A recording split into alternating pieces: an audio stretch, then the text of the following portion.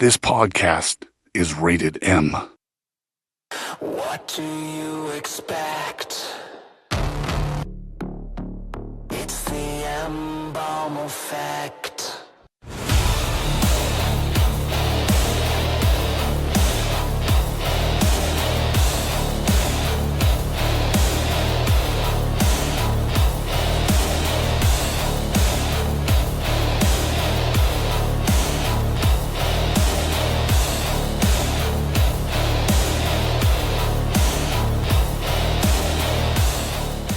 Ladies and gentlemen, welcome to the M-Balm Effect. I'm your host, the one, the only, the M-Balm, here live in studio. And I am going to be honest with you, I hope that the stream lasts tonight. Got some things to talk about. Nonetheless, though, it is recording, so I'm going to make sure that no video footage gets lost in the process of this episode like the last live stream we did with Joaquin. But I'm going to be honest with you. The weather is crazy, and if you're in the ROC, if you're up here in the upstate New York region, you already know what that's like. You already know what's going on there. So bear with us as we do this show live. We got some things to talk about here tonight. Obviously, if you're from the ROC, you understand that there's a bar that's been in a little bit of trouble. As you've probably heard, there's 3 people in big doo-doo because of what they've done. Governor Hochul has signed and passed something that is controversial, and I believe that some of us may get a little rowdy about it. Some of us might be okay with it. We'll dive into that as well. I hope everyone's doing a great, having a great time, having a great weekend. Austin Dash was feeling under the weather, and Andrea unfortunately had somebody that she knew where they unfortunately passed away. So the co-host's not in studio this time around. But you got me, and we hope to have a good time as we usually do. I'm doing something new, and I don't know if anybody is going to be able to, understand this as much as I do, but I have TikTok Live up. It's not the full ingrained, embedded show that you see here today with the graphics and the music and the intro and all that jazz. But, I have this little wireless mic on me, so that way it translates. I hope it translates well on there with the audio. I'm not sure if somebody said, hey, I see it. Thank you so much. I'm trying something new, and I feel like I was leaving TikTok out of this, and I was trying so hard to figure out what I could do to be able to incorporate our show with TikTok, because I'm going to be honest with you, there's over 600 people that follow us on TikTok and probably have never been able to see the show live. They've only seen the highlight clips. And to be quite frank with you, I want to be fair. So if I can get out in front of it right now and somehow incorporate this show to you, then this is where I would like to be. And I appreciate anybody that tunes in to us as we go along. Any update on the Sam Nordquist case? This is a TikTok comment, and I'm going to be honest with you, there's no graphics for the comments in general right now. It's telling me it couldn't load the comments in. There's an error. Yours truly has to go in there and fix it. But the Sam Nordquist case right now, there is, as far as I know currently as it stands, there is no new updates on that. Updates will roll out as time goes on. I know the trials will be sometime this year. I am keeping an eye on this, doing my due diligence, because honestly, as you all know, it's a case that, I look at it like this. If there's something that needs to be had here, it's accountability, and those people that are responsible, the 7, and I think there's more. I think we all know this, but, we can't, I guess, assume, right?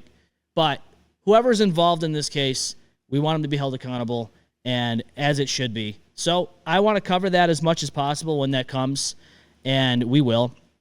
We definitely will.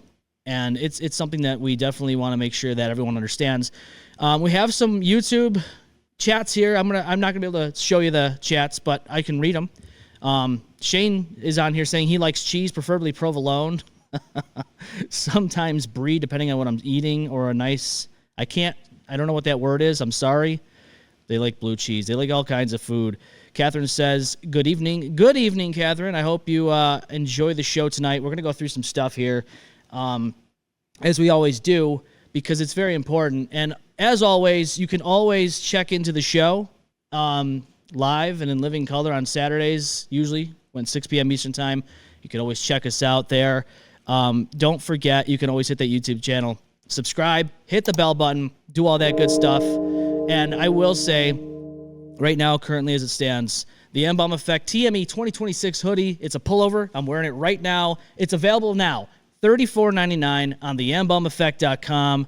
You can go there, get that nice, wonderful hoodie. It's comfortable. It's warm. I literally was just walking from my house out here to the studio, and I was nice, warm, and cozy, and it's currently like real feel negative something. I think it's like -9 or something like that. I think the real temperature is like 1. But with the wind chill and all that, it's like -3 or something. I don't know. It's crazy. It's like whatever. But the hoodie's nice and comfortable. I enjoy this hoodie. And, you let us know what you want to see. I mean, look, I try to keep things affordable. I try to keep things to a price point where it makes sense. I'm not one of these people that are going to sell you a T-shirt for $40. I'm not one of those people. I hate it. You hate it. We're all going through some struggles here in this economic climate, and I'm not going to be the guy that is trying. I'm not doing this for money. Let's just be honest. I'm not. If I was doing this for money, I don't think I'd be 7 years into this. I've poured a lot of heart, a lot of soul, and a lot of cashola into this project known as the M-Balm Effect. But that's not the point here. The point is we're here to build a community, and we're here to do this on a podcast known as the M-Balm Effect, here based out of the Rochester, New York region. So with all that being said, again, if you're new to the channel, if you're new to the YouTube channel, and if you're new to the show in general, just make sure you please subscribe, hit the bell, follow us, share, like, and all that good stuff. I ask questions on the Facebook page recently, and I just want to make sure that I involve people because it's important. I look at it like this. I'm here to do the show, but you're here to engage with me because without you, there's no show. There's no reason to do a show if there's nobody here. And quite frankly, that's the whole reason why I do this show, is because I like to engage with people that listen and watch and all that stuff.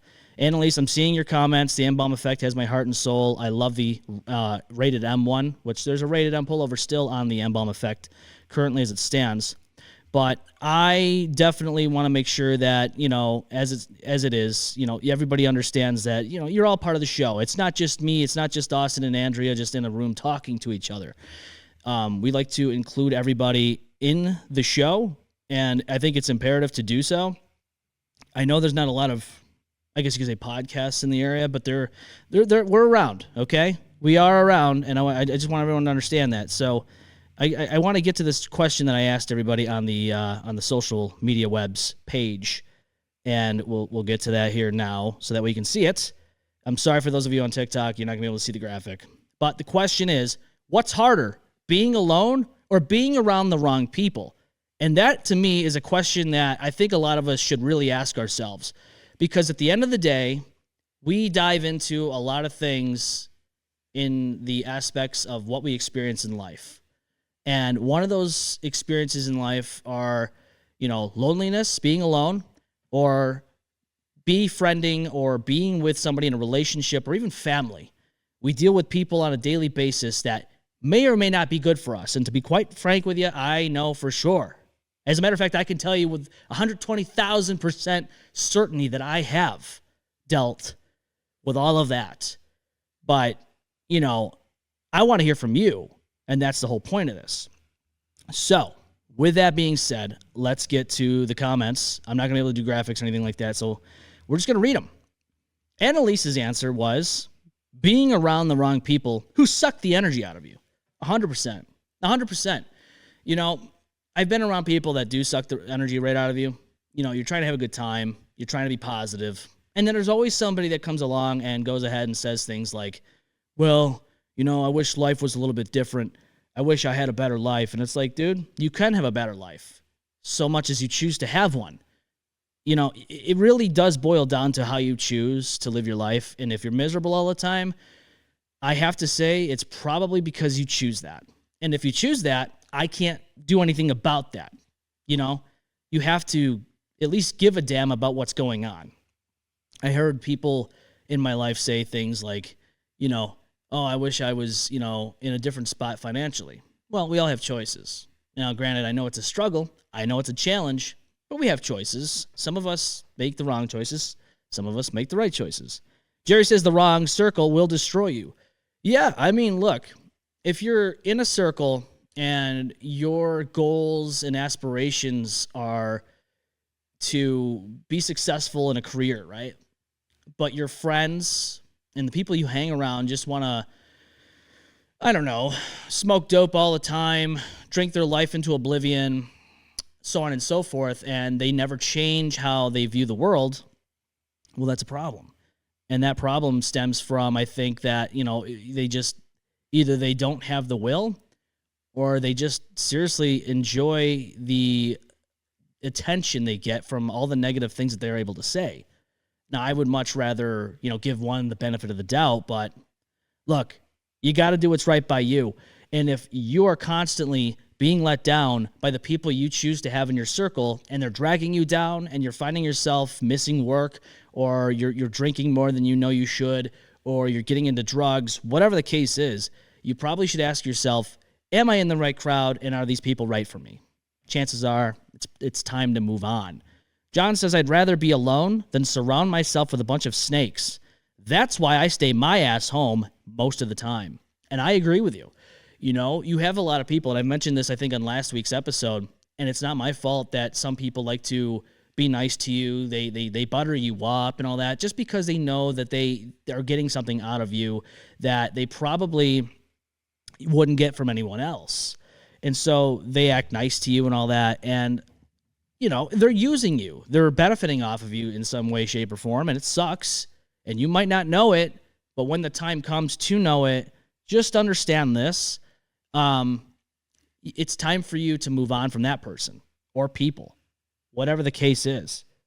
It's time.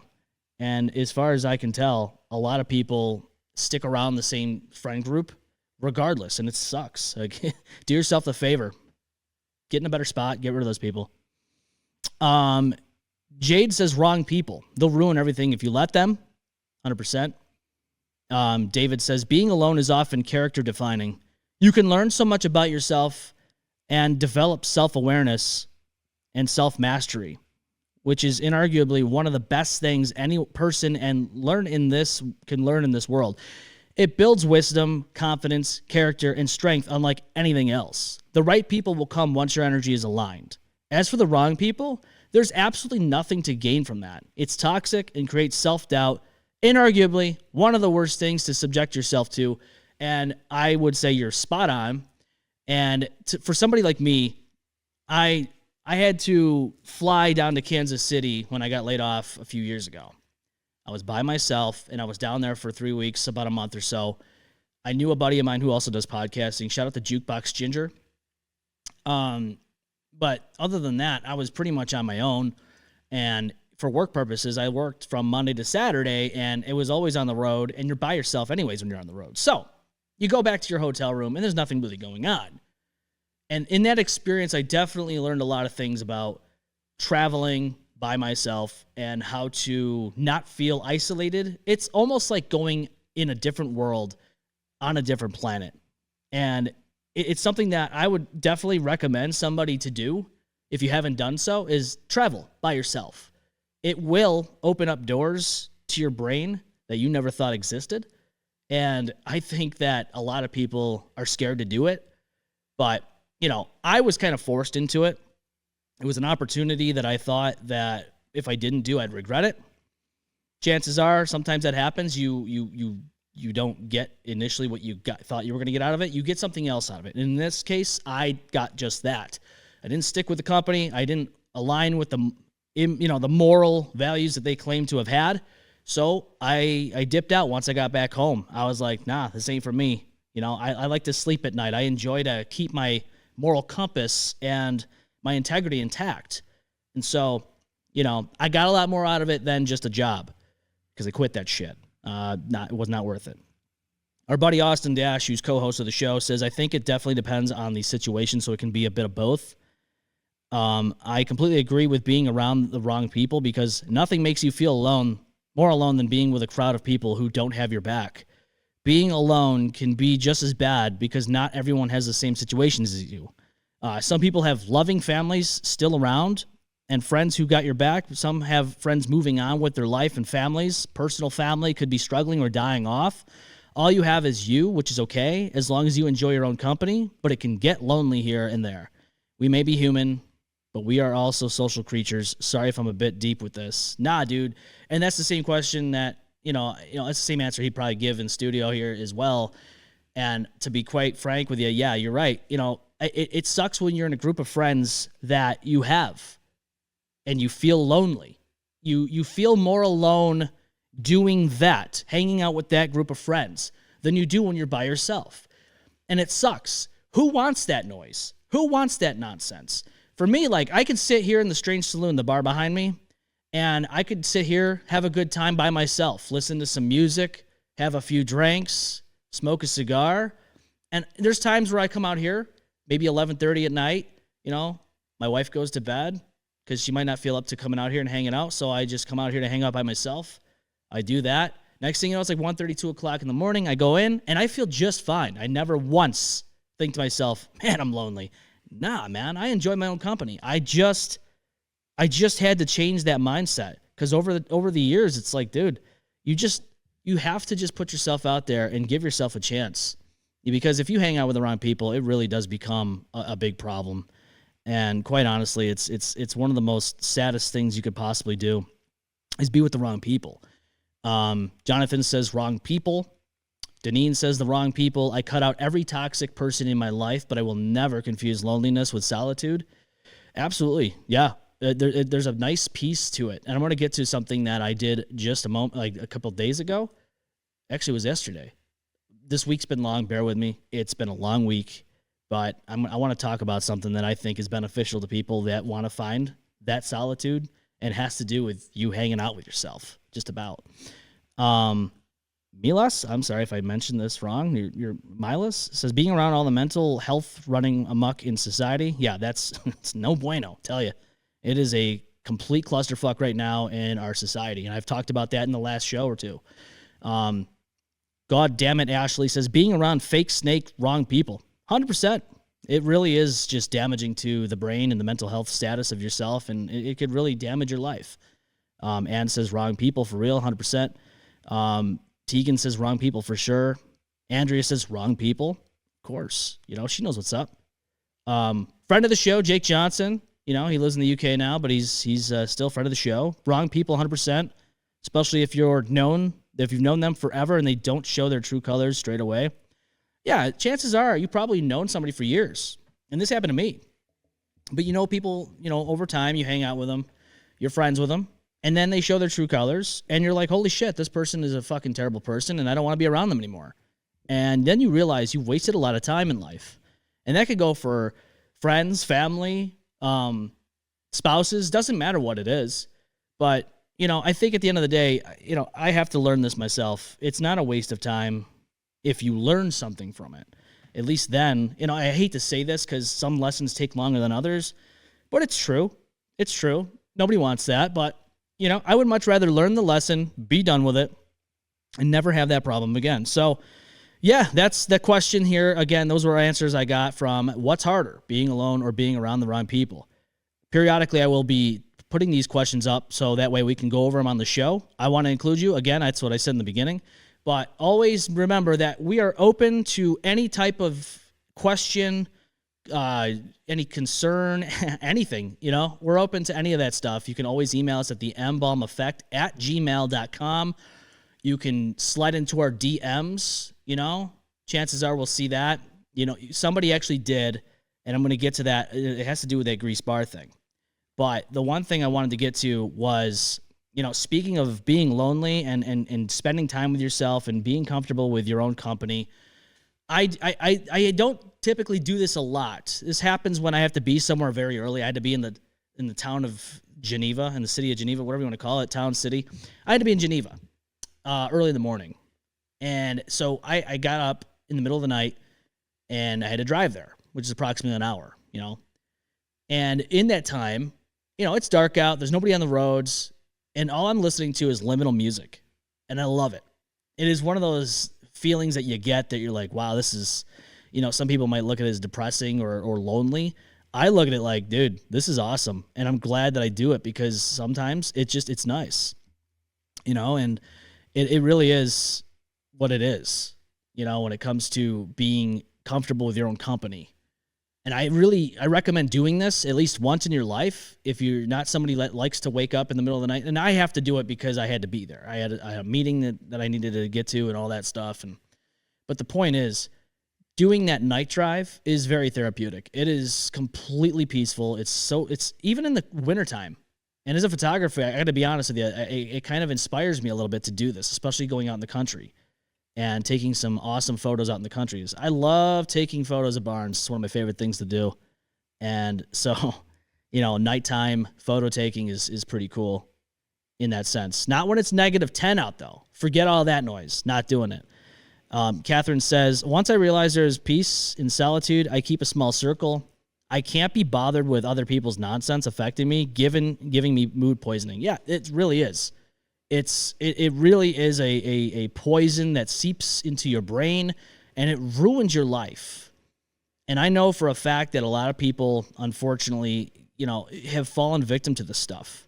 And it sucks because, like, you want to say, yeah, they're your friends, but at the end of the day, you really have to do what's best for you. And to me, it's like the thing that you can do that's best for yourself is to get out of that nonsense. Nobody wants that. It's not good, but I understand it's easier said than done. Not a lot of people can just pick up and leave their friends, or especially family. You have family that are toxic. You might have that aunt that comes to Thanksgiving, smoking the cigarette in the corner, trying to give your younger brother some wine, and he's only 5. And that you're sitting across from her thinking, why does my family even have her over anymore? And then she looks over to you and goes, hey, honey, be a doll. Give me another pack of smokes out of my purse. And you go and get the pack of smokes, and as she looks at you, she goes, take a 20 out of there. Keep it for yourself. And then you realize, okay, this aunt's not so bad. It's not so bad, because sometimes you just never know. But then you look over there at Uncle Tony, and you realize this man is an angry man, and he proves that he is a toxic piece of shit, and you have to cut him out of your life, because he gets up, he smacks his wife, and then he gets in the car after he drank 6 pack of beer and drives home. And then you realize, okay, you know what, the crazy aunt that I thought was bad, not so bad, but that guy, get him the fuck out of here. That's the kind of shit I'm talking about. You just got to pick and choose your battles. Speaking of battles, some sad news happened today, and I want to talk about it. Just I want to acknowledge it real quick. 3 Doors Down founding member and vocalist Brad Arnold unfortunately passed away, and this is sad. I know a lot of people, may have grown up with Sam Arnold over the years, I know that 3 Doors Down haven't been the biggest band in the world currently, but, it's still sad nonetheless, because this band has been around for quite some time. And, he lost his battle with cancer, and, he was only in his 40s. So, it just, R.I.P., rest in power, Brad Arnold. Cancer's a son of a bitch. And I know a lot of people have dealt with family members and friends that have had it. It sucks. I know I have. I've dealt with people, unfortunately, getting cancer and not surviving it, family members and all that stuff. It's horrible. And to see them wither away, like there was this guy that I worked with, and I didn't see him for a couple of years after I left the job. And then we all got together, like old coworkers and whatnot. We went to the bar and whatnot and got together, and this man who, he had some size to him. He was not fat. I'm not saying he's fat. What I'm saying is he had some size to him, and he withered away. And I already knew kind of that he was going through some health problems, but he unfortunately, told me, he's like, yeah, I got it, the big C. And I was like, oh man. And it didn't take but a year or 2 later, and he was gone. And it sucks. It's sad. And I hate cancer, so fuck cancer. Hashtag fuck cancer. Cancer sucks. No good. And all I got to say is this. If we can fucking do one thing right in this society that we live in, can we please find a cure? Now, I know. There's all kinds of conspiracy theories out there, and I would love for it to at least somewhat be true, because it would bring some hope that there is something out there that could cure it. But As of right now, officially, there's nothing. So, just I hope there is, and I hope it happens sooner than later because it is becoming more and more prevalent in our world, and it's terrible. And hopefully somebody out there will understand that, lives are more important than fucking money. You would hope. I know we see that all the time where people don't really mean that when they say that. But really, though, lives are more important than money. And we should do something to fucking help people out so that way people aren't losing loved ones and losing their lives. It's not good. I don't know about you, but I'm not somebody who enjoys driving in the snow. I've gotten more comfortable with it over time. But there was a big, accident that took place on 390 today. Not good. So WHEC TV had posted this on their Facebook page. Take a look at the semi that crashed into the median on 390 North on Saturday, which was today. Tell me how this happens. I'll tell you exactly how it happens because last night, there's an example. My wife and I came back home from having a night out with the family, and we were on 104. And coming from 104, it was all just snow and ice, right? And snow drifts were making it very hard to see. And guess what happens? There's this semi-truck just booking it, hauling ass. No big fucking deal. Just hauling ass. I get it. I understand it. I'm somebody who drove not a big truck like this, but I've driven trucks in the past. And quite frankly, I'm not going to go speeding in this shit with a truck. I don't care how heavy you are. I don't care what load you have. And I certainly don't give a shit how you think you can just plow through the snow at any speed and control the situation, because you can't. Because as soon as you hit those brakes, it's over. It's game over. That's what happened here. And to me, dude, slow the fuck down. You know how many people that just, it boggles my mind, especially people that have lived here for so goddamn long. You come here to the New York State, and it's your first winter, and you don't know how to drive. I get it. I understand that. It's new to you. But there's people that have lived here for decades and still can't get over the fact that snow comes and hits the road and destroys all kinds of visibility when you're trying to drive. And yet they still make the same habits every time, every year. Either they go too fast or they lose complete control and end up in a ditch somewhere. There's always cars in a ditch. And I'm just shaking my head like, dude, you knew this was coming. It's the same people that complain, oh, there's snow every day. Yeah, I don't like it any more than you do. But complaining about it isn't going to make it go away. It's just not. So, living in upstate New York is just one of those things where I'm just like, dude, this is what it is. And, it's going to come regardless if you like it or not. And there's nothing you can do about it. But yeah, it's not good. Just keep doing your thing. I think the stream went down on YouTube and Facebook again. I'm not sure what's going on. The weather is completely messed up, but it sucks. And I apologize. But there's going to be a full recording of this uploaded. So that way when that does happen, you can watch it in its entirety. I'm going to try my best to fix this. But for all of you on TikTok, it looks like you're still up. So thanks for tuning in here. Again, if you want to watch the full episodes and all that stuff, always go to YouTube channel, Spotify, all that good stuff. So let's get on to this one, okay? Somebody messages me the other night, and they tell me that, shout out to Joe, by the way. I want to give credit where credit's due. They tell me that there's a bar in Greece, New York, and there is 3 people that are in trouble because they decided to do a no-no. So what ended up happening, long story short, it's not really long anyways, but so New York State, like Monroe County, for instance, this is where it happened in Monroe County. 2 a.m. is the cutoff for serving any more alcohol. This bar decided to serve this man another drink at 3 a.m., an hour after the fact that they're supposed to stop serving alcohol.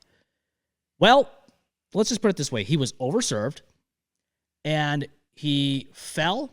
He hit his head on the bar or on the table, one of the two. He hit his head, and they left him on the floor for 30 minutes, at which point they decide to have a brilliant idea of taking him outside, making it look like he was outside from the get-go.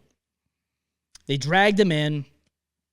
They tried to mop and all that stuff, all the marks that he left on the way in from the whole initial thing.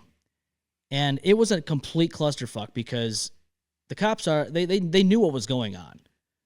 The man was not outside initially, but they were claiming that they found him outside and that they were trying to help him. You weren't trying to help him. You weren't trying to help him. No, all you did was you were trying to cover your ass. Because instead of trying to do the right thing, when the guy was falling on the floor and you left him there on the floor for all that time, instead of doing the right thing, what you did instead was, how do we cover this up so that way we do not get in trouble for serving alcohol at 3 a.m.? That's all you cared about. You did not give a shit that this man, who I believe was in his 60s, fell, hit his head, and needed some medical attention. You cared about yourself.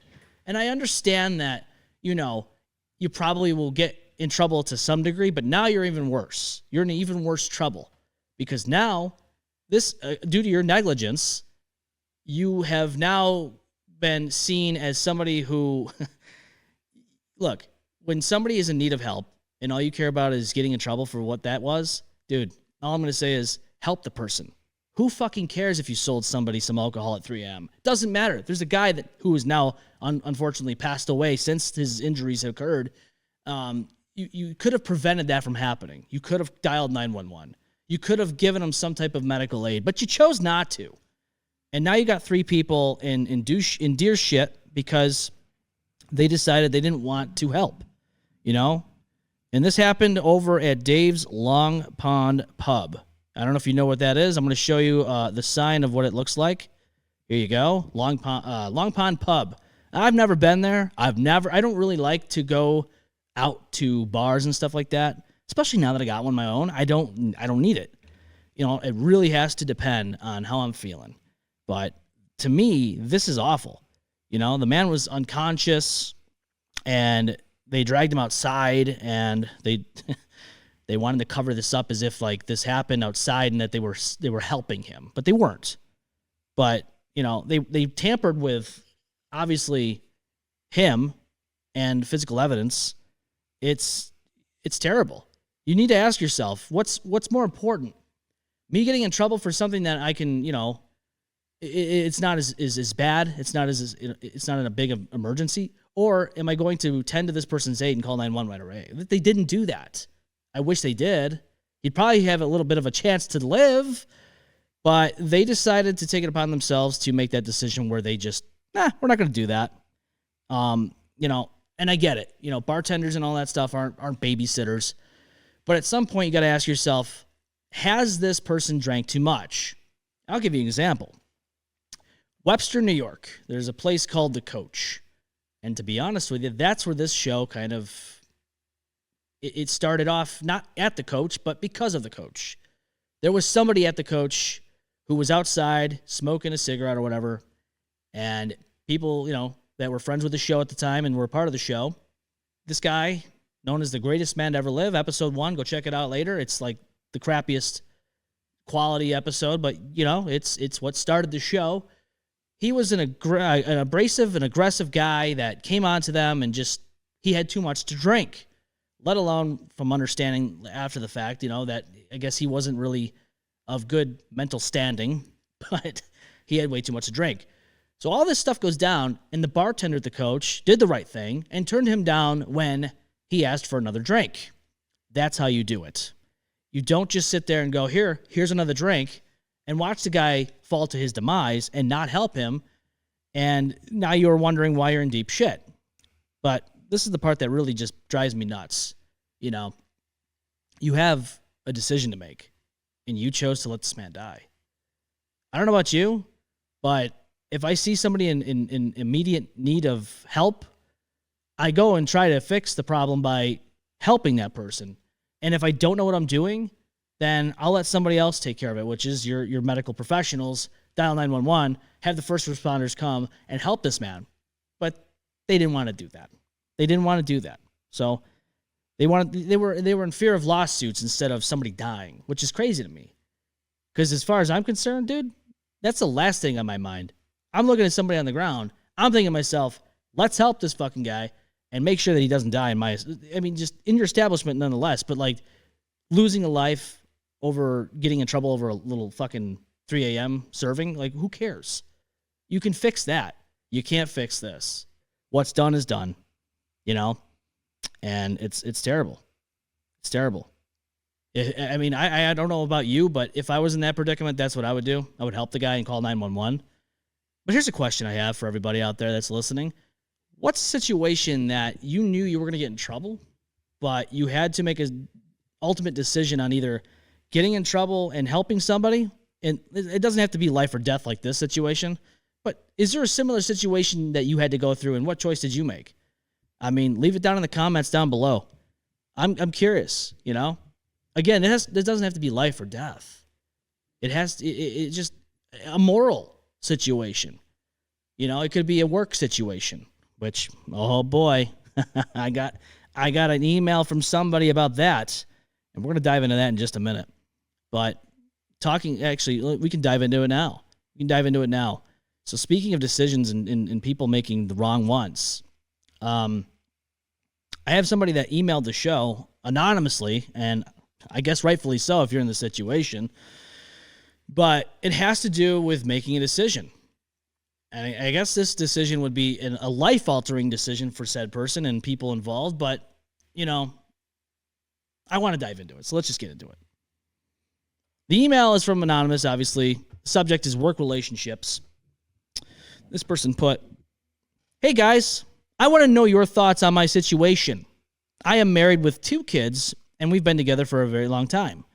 I work with this woman who is wonderful, and she's a few years younger than I am. I get butterflies when she is in the room, and I am lusting over her. I am not unhappy with my situation, but I am more and more falling for this woman where I work. What would you guys do? Should I pursue her and break things off?" I wish that the co-hosts were in here with me for this one, but I want to dive into this because I really, it drives me nuts, and I'm going to tell you why. So let's bar this situation for a minute. Let's bar this person being married, and let's talk about work relationships in this manner. Let's talk about that. See, you go to work to get your bag. You do not go to work to get a box. If you want a box, go get takeout. I'm serious. Stop fucking around at work. The office isn't meant for love. It's meant for you to grab your bag, go home, and kiss your wife and kids on the forehead and go to bed and repeat the process over again. It's not where you go to get a sexual harassment case against you. It's not where you go to ruin your fucking life.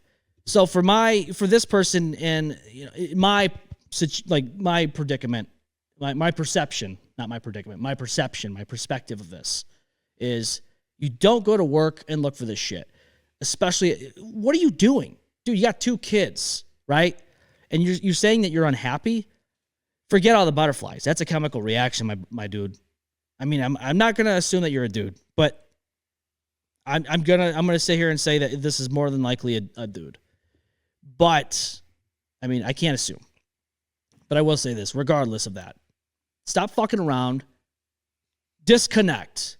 Work is work. Stay the fuck away from this person, and only if you have to. Only if you have to talk to this woman when you need to for work purposes. I don't understand it. You don't eat where you shit, and you don't shit where you eat. You go to work, you get your money, you do what you need to do, and you go home. I don't get it. You're going to throw everything away. I mean, is it worth it? I mean, it's not a rhetorical. It's an actual question. I'm asking all the listeners out there. Do you think this is worth what this person's going through? I don't. Should I pursue her and break things off? What are you, nuts? What, do you want to lose everything? You want to lose your kids? You want to lose your you want to pay alimony and child support because you want a piece of ass? You could get a piece of ass. I'm not going to say at home because I know there's situations out there, but you're saying that you're unhappy. But if that is the case, I'm going to assume this. You can get a piece of ass at home. And I'm not saying it's right to do this shit, to look elsewhere if it's not happening at home. You need to address that and communicate to your spouse if things aren't going the way they should be going. But this ain't it, fam. Go to work, get your bag. It's the same shit when I hear people complain because their coworkers know too much about them and they start getting a little bit more familiar with them, and then they start doing some weird, shady shit at work. And then they wonder why they're unemployed after the fact because somebody didn't like what they had to say about their personal life, and it just gets to be kind of just... Here's my suggestion for everybody when it comes to personal life and work life. Keep it divided. Like for myself, there's a partition in my life. When I'm at work, I'm my work person. I am who I am at work, right? Not to say that I'm completely different. Like my personality's there, but I don't incorporate my personal life into work life and vice versa. Now, granted, I will talk to my wife about how my day went, a little like very, laxed conversations about work. I'm not going to get into the weeds about it, but I keep things separately. I don't bring my home life to work. It just isn't good. And I don't care if you think that your coworkers and your colleagues are your friends or not. I'm going to tell you right now, again, you go to work to get your bag, not make friends. To make money, not make friends. If it happens, it happens. Awesome. More power to it. But when I hear people, start having a bitterness towards somebody because they got a little too familiar, they got a little too close to somebody, and they said something they didn't like, and now they're going to use it against you in some way, shape, or form, dude, it's not good. I knew somebody that let their work know about their projects outside of work. And it ended up being, there was a situation, I'm not going to get into the weeds about this one, but there was a situation that arose that somebody that their job didn't like, and they had to kind of do something about it. Let's put it that way. Because their job was almost on the line due to the fact that they did something that this person, or they were a part of something that this person didn't like, that they worked for or worked with. So, again, I'm just going to say, I highly suggest and I highly recommend keeping yourself separate when it comes to work and personal life. I just don't see the benefits of it. I don't see the positives. I think it's a dangerous situation to play. Especially when you want to start dating somebody at your job. Are you nuts? Look, I'm not going to sit here and say that you might not be attracted to said person in some capacity, okay? And I think it's human nature to at least acknowledge in your brain, hey, this person is attractive. But to sit there and actually contemplate on starting a relationship with said person at your job and leaving your family and getting into a slew of shit is beyond just ludicrous. I don't think that's the right way to go about it. I think it's time for you to look in the mirror and reevaluate what you're trying to do in your life. So, again, this is the email I got, and I wish that Austin and Andrea were here because I think it would be a good conversation to have with them. But, dude, I look at it this way. Don't do that. It is a bad situation, and I don't think it's good. Shane says, I don't know how good you look or how much you try to entice me. I think you meant I don't care how good you look. I will not ever hang out with you outside of work or look for a relationship at work. At work, I turn my home self off and my work self on and vice versa. I don't share any info at work and people think it's weird. I won't tell them anything. I won't tell them my relationship or family or anything because of it. I don't think it's weird, Shane. I don't think it's weird. I think it's absolutely normal. I think that's the way it should be. There are people out there that share way too much information about their lives, and I'm just thinking to myself, why? And this is not a fake story. This is complete 110% fact. I worked for the government. I won't tell you where I worked, but I will tell you it's an everyday thing that people go through that comes to your house. Let's put it that way. I'll word it that way.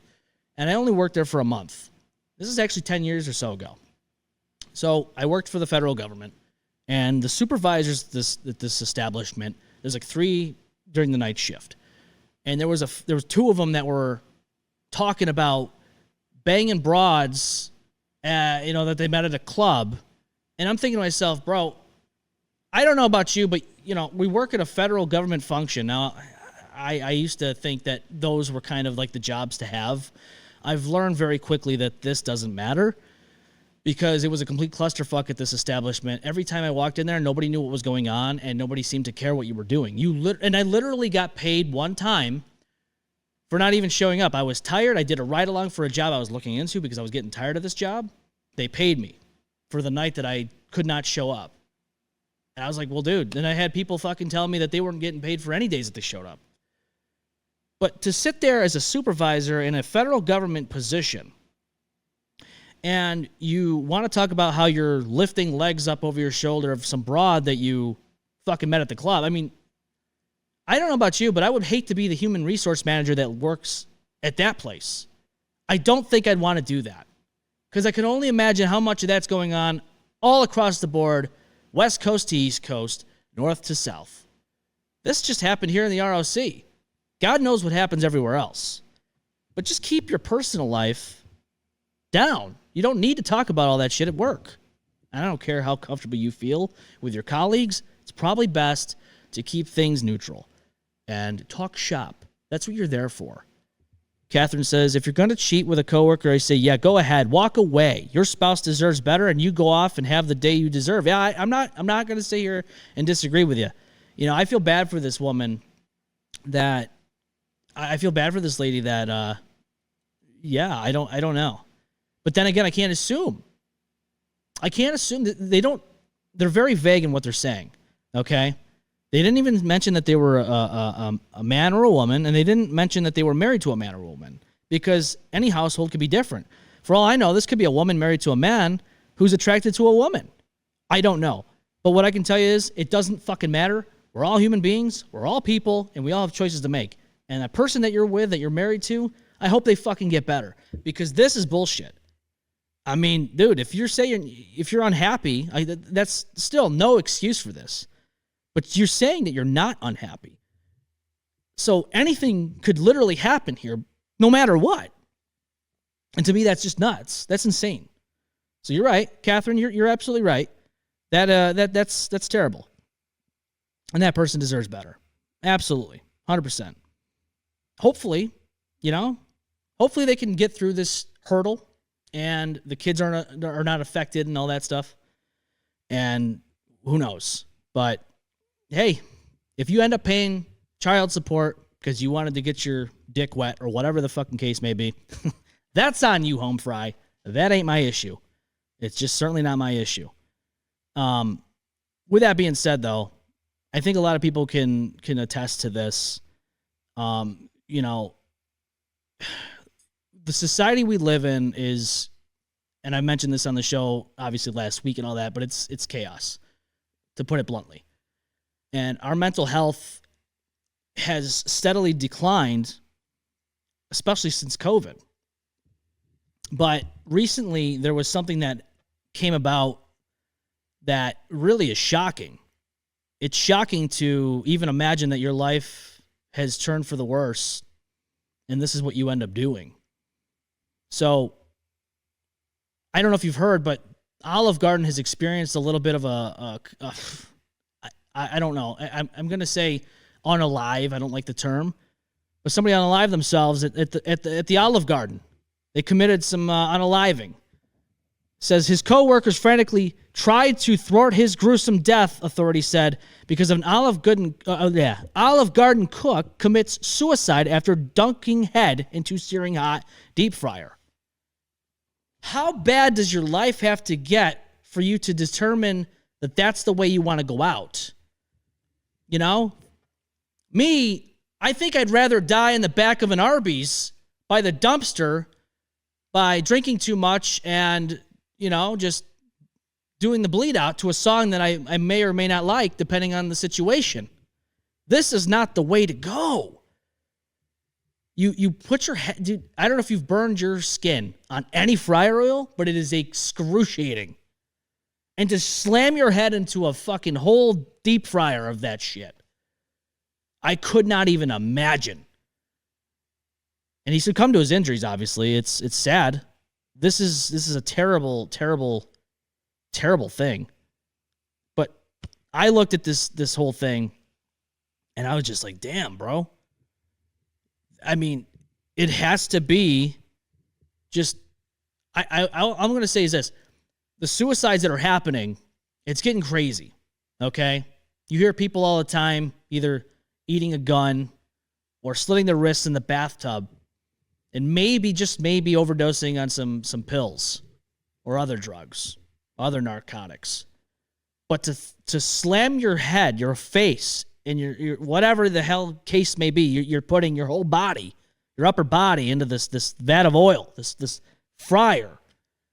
What, I mean, you know how bad it's going to hurt, but you don't care. And to me, that goes to show you how bad it's gotten with our mental illness, the mental health decline in this country, let alone the world. Because for me, that's sad.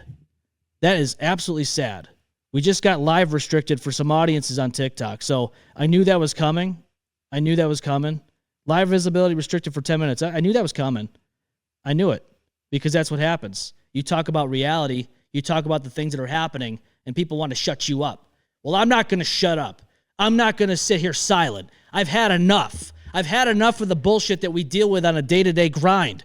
People want to talk about working 60, 70 hours a week. They want to talk about struggling, about how they can struggle to make food and put food on the table, to make money and all that stuff, to support their families. And you got people at Olive Garden slamming their fucking head into a fucking fryer and burning to death in that oil.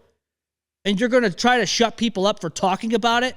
Oh, it's hurting some feelings. Remember that question I had to answer? Somebody asked me, is society getting softer or is it performative? It's most definitely both, because they're soft as shit when they don't want to hear the truth. They don't want to hear you talk about the facts when it comes to this stuff. And they're definitely performative because everything else they want to make a big deal when it's not. They have all these millionaires and celebrities and politicians fucking doing the high school bullshit that they were doing when they were 16 years old. And we're supposed to sit here in awe and like, oh, wow, that person's, they're empowering, they're amazing, yet they don't give a shit about us. But then a guy like this dies in a horrible way by choice. And I'm supposed to sit here and say, hell no. Absolutely not. You can shut me up all you want. I don't give a shit. I'm going to keep talking about this stuff because this shit pisses me off. The fact that you have a guy, and I don't know who this guy's situation, but it obviously wasn't good. It wasn't good at all. It was horrific for him enough to make him do this horrific thing in front of all his coworkers and God knows who else saw it. That to me tells me where we are in terms of mental health crisis.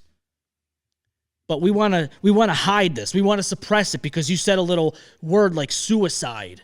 You have to stay unalive. That's bullshit. I'm tired of this censoring of what the fuck is real. Oh, he said the word gunshot, so we got to censor it because otherwise the algorithms don't like it. Well, this is the facts, ladies and gentlemen.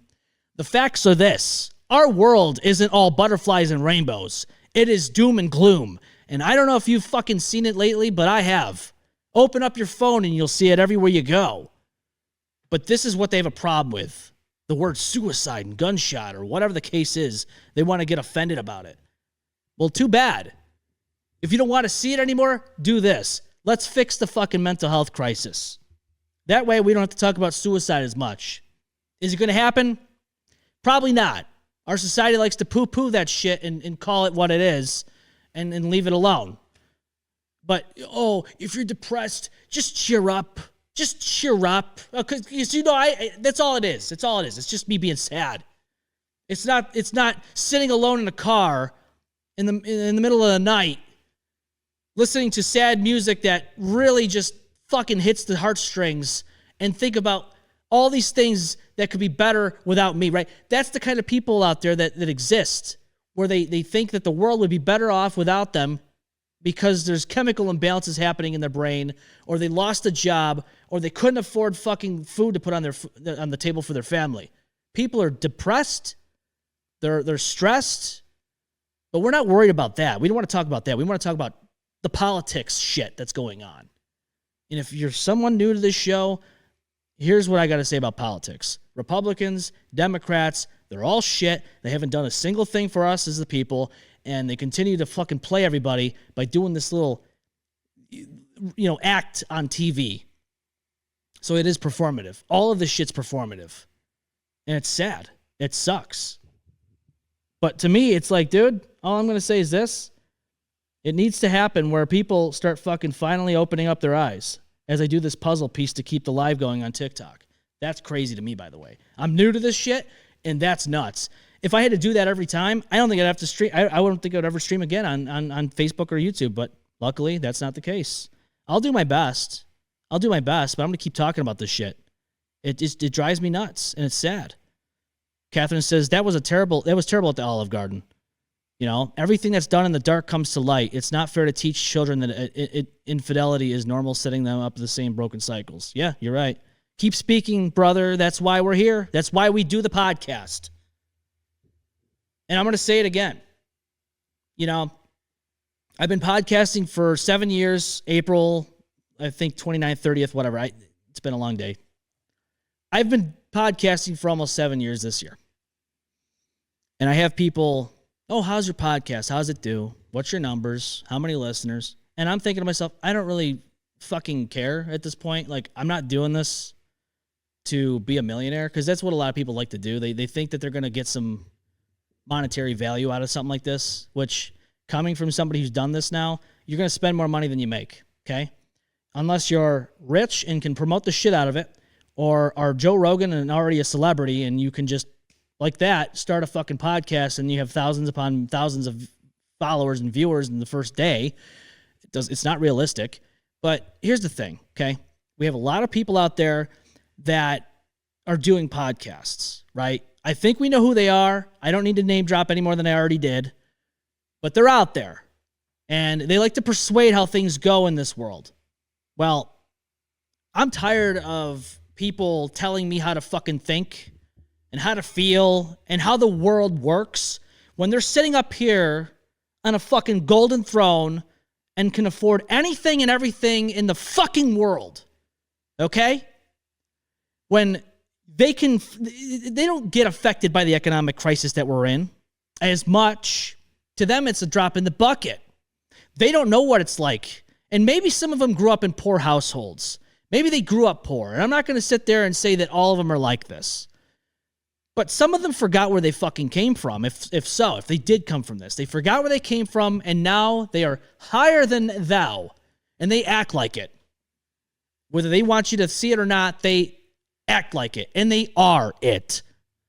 And I'm tired of people in this position sitting on a fucking golden throne while we're all down here telling me how to think and how to feel and how the world works. Well, I'll tell you how the world works.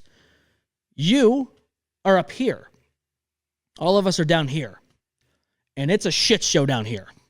You don't have to drive somewhere in a city where people are dying left and right. You don't have to see that. Because you're safe and sound in your mansion. It's like when COVID happened. And all these people that were up here, millionaires, celebrities, all that shit, were saying, we're in this together. We're not in this together. People were living in fucking studio apartments with people they fucking couldn't stand. They hated them.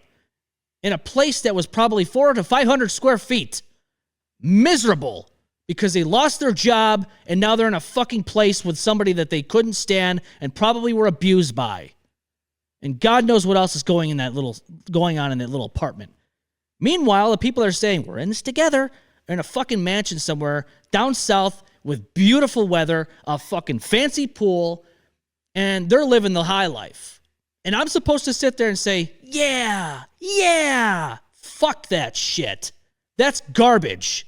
And as far as I'm concerned, nobody should be listening to anybody that's an actress, an actor, whatever, music that's fucking famous to as famous as you could possibly be. You know, we're all listening to these people speak about how things are in our country, and it's like, you don't even care about it. You just want to get some performative publicity. You go, oh, look at me. I'm on a camera. It's a fucking photo op at that point. And you just want to get your voice out there so people can go, yeah. And then you get more fame that way because you're putting more out there. They're going to bank on that shit. Whereas smaller podcasters, and I'm not going to sit here and say that we're the best podcast in the world. I'm not saying that. What I'm saying is we should be given a fucking chance to have our voice heard because we live the day-to-day grind. We work our ass off, not just on the podcast, but in the real world. And on top of that, we experience shit that those people that sit up here have never experienced a day in their life. But yet people are out there saying, hey, did you hear so-and-so podcast? He's got millions of followers. He knows everything. Or, oh, that guy, he's a puke. Yet he's still making money off of it. And he says things on purpose to rile you up because it gains controversy, which also creates cash. Again, a book was made about that. It ain't wrong.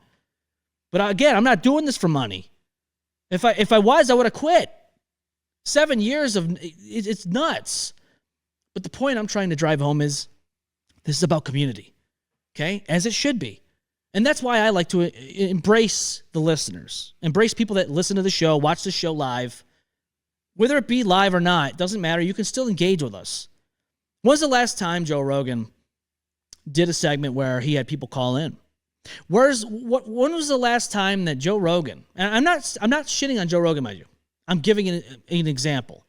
Because regardless of what you think of the man, his podcast, in a way, has made podcasting mainstream. With you or for him or against him, you have to have a level of respect. That the fact is, his podcast made podcasting mainstream. If it didn't, I mean, podcasting would probably be where it was in 2009. But the point is, these celebrities that you listen to, A, they don't care about you for the most part. Maybe they do. But for the most part, a lot of them don't. They just care about how many listens and views and downloads they get. They care about how much money it makes for them. That's it. It's a business venture. But, should the day come where, for whatever reason, we earn some monetary value out of the show, I can tell you this, I would put it back into the show. And I would put it back into whatever we could make out of this to make your experience better. Why? Because that's the way it should be. Okay? It has nothing to do with all this, this, that, and the other. You know what? I'm gonna do this because I think it's important. Shout out to the guy I saw at Speedway in Canandaigua. You're a true one. I didn't have the hat on. I didn't have anything, and he still recognized me and asked me, "Hey, you from the M-Balm Effect?" It all started off with, "Hey, you look familiar," and we had a good conversation. It was a good one-on-one as I was cashing out. It was a good experience, and I thought that was cool. And sometimes you get people that look at you and go, "Look at this guy," But that was a good experience, and I think it's important to at least acknowledge that. So, to the guy at Speedway in Canandaigua, thank you. And I'm not doing this is what people like to do. They like the fame and the fortune. I don't give a shit about either. If I can do this show and go out in public and never get recognized, I'd be happy. You hear horror stories all the time about so-and-so at a dentist's office. They're trying to get a fucking root canal, and you got people coming up to him and saying, "Hey, can you sign my thing? Can you sign my..." Fuck off, dude. People just don't have the wherewithal when it comes to time and a place. You hear it all the time with wrestlers, professional wrestlers. They're in the fucking airport, specifically the women wrestlers.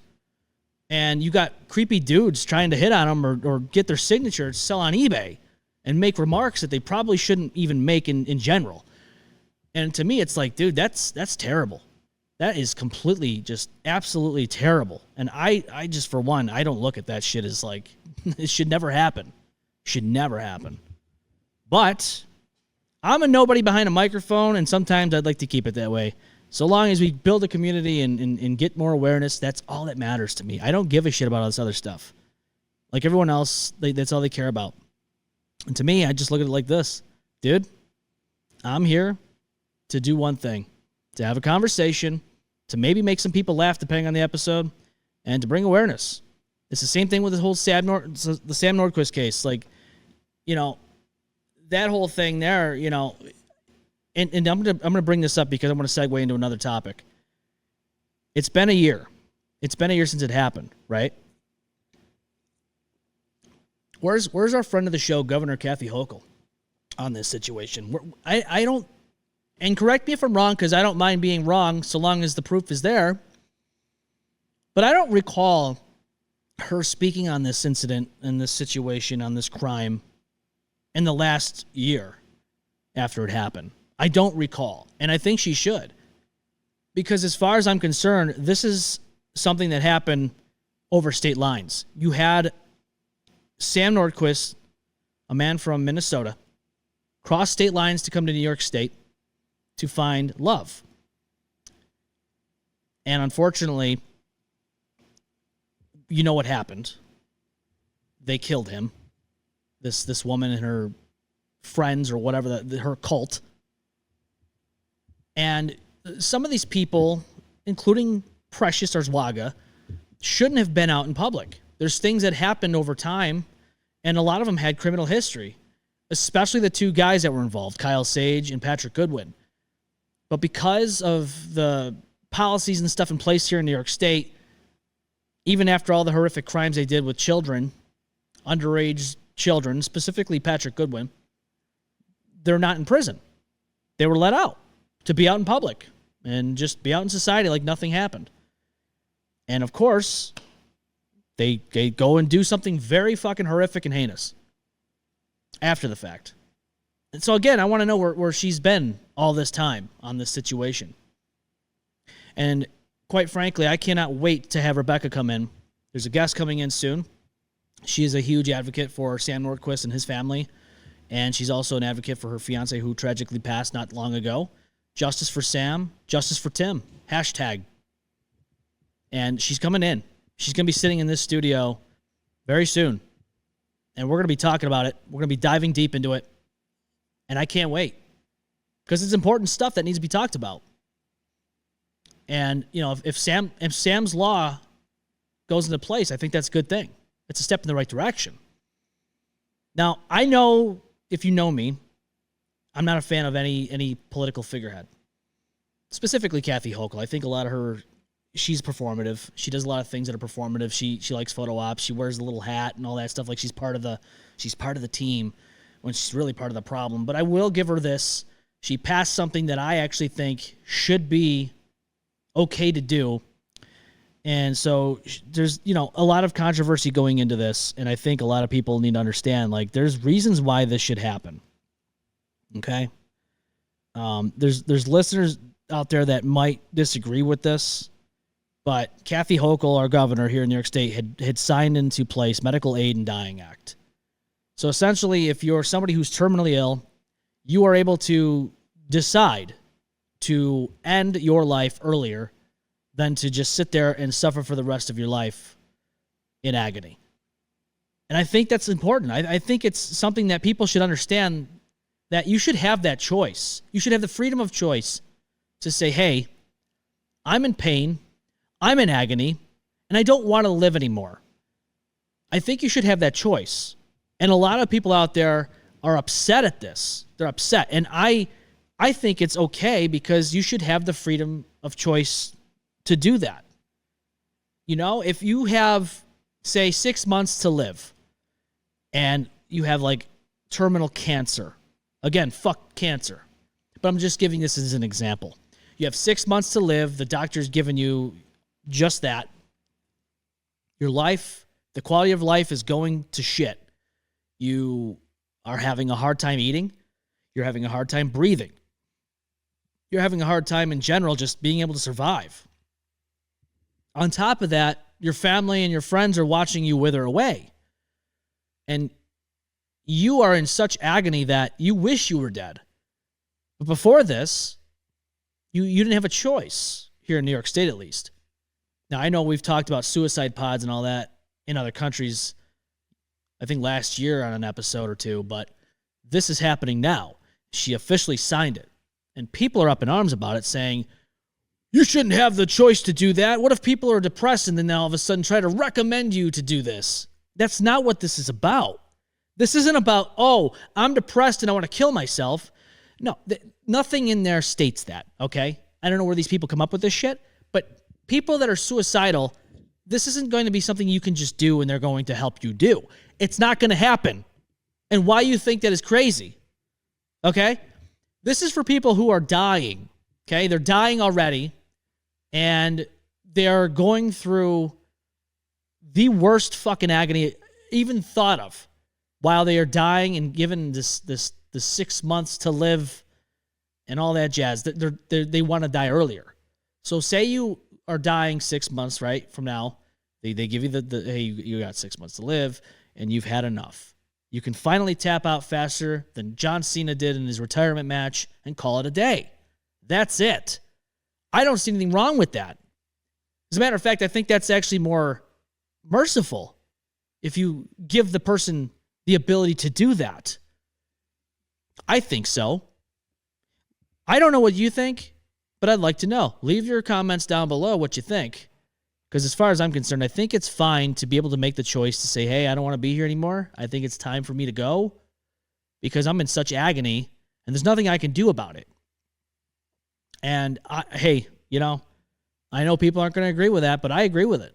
You should be able to make that choice.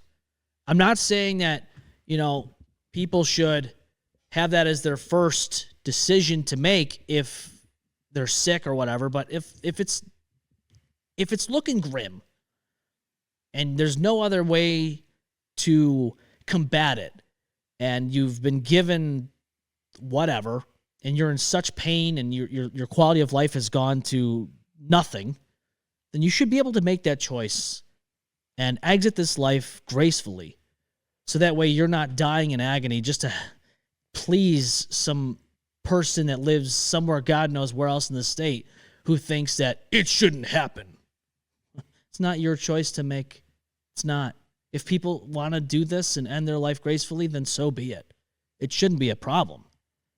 And to me, look, if I was in that situation and I had the ability to say, fuck it, let's do this and end it peacefully, so be it.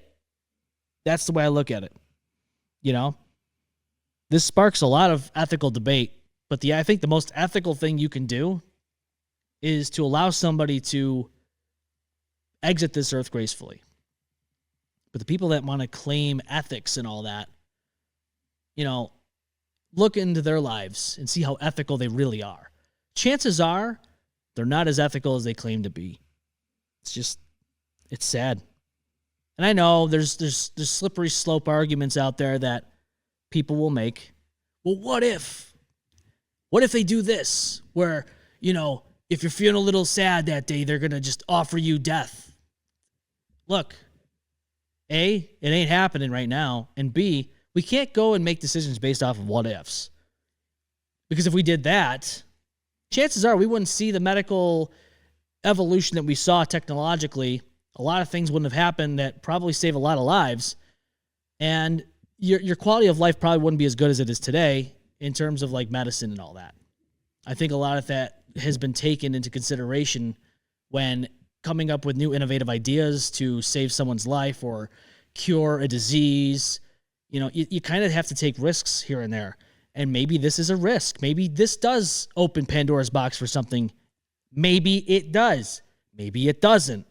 But the point I'm trying to drive home here on this is that it gives somebody an option to finally, peacefully, gracefully go out of this fucking earth without having to deal with any more suffering, should they choose to do so. And that's the way this whole country should be based off of anyways. The freedom, right? Freedom to do this, the freedom to do that. So long as it doesn't hurt others and all that stuff involved. If this is an option for you, you should be able to make this choice. But I digress. Everybody's got an opinion. And sadly, it's not always the opinion that their neighbors might have as well. And that's unfortunately what we see on social media. And I'm not going to go down that rabbit hole again, but I will say, go outside, talk to real people, and limit your social media time because it does make an impact. It really, really does. The real world isn't so doom and gloom as much as social media portrays it to be. You just got to step outside and talk to people at the grocery store or wherever, and you'll understand that not everyone's an evil asshole with a dog profile picture telling you to go kill yourself on Facebook. It's not always like that. Chances are people in real life are too fucking scared and too pussy to say big man things, keyboard warrior shit in person. It just doesn't happen all the time. Are there isolated incidents? Sure, but it doesn't always happen. If you're new to the show, go to the YouTube channel. Again, hit that subscribe button, smash the bell for all the good times, all the bad times, all the ugly in between. You get all the posts, you get all the updates on when we go live, all that good stuff. You can go to the M-BalmEffect.com. You can watch the show there. You can listen to the show there. And you can also shop. The TME 2026 hoodie is available now. $34.99 for the pullover. Again, this is nice and warm and toasty. I have the thermostat set here and is right now currently at 60 degrees, and I am getting warm. This is a very, very warm hoodie. And I it would very much be well appreciated for you not only to support the show, but to represent the dirty, which is the show in its entirety. And it involves you, the embalmers out there. We're all dirty. We're all grinding it out, and we're all doing the things we need to do to survive in the wastelands, if you know that reference, of our country, the United States of America. As for everyone else, I hope everyone's having a good time, and I hope you all have a good weekend. We will be back again soon. Just keep your eyes and ears open for that. I'm your host, the one, the only M-Balm, and I hope everyone is having a great weekend. I'll talk to you all soon. Love you all. Bye. Well, there goes the neighborhood. It's a good thing no one got seriously hurt. Oh my God! Whoops, spoke too soon. Don't get too wrecked. See you on the next one.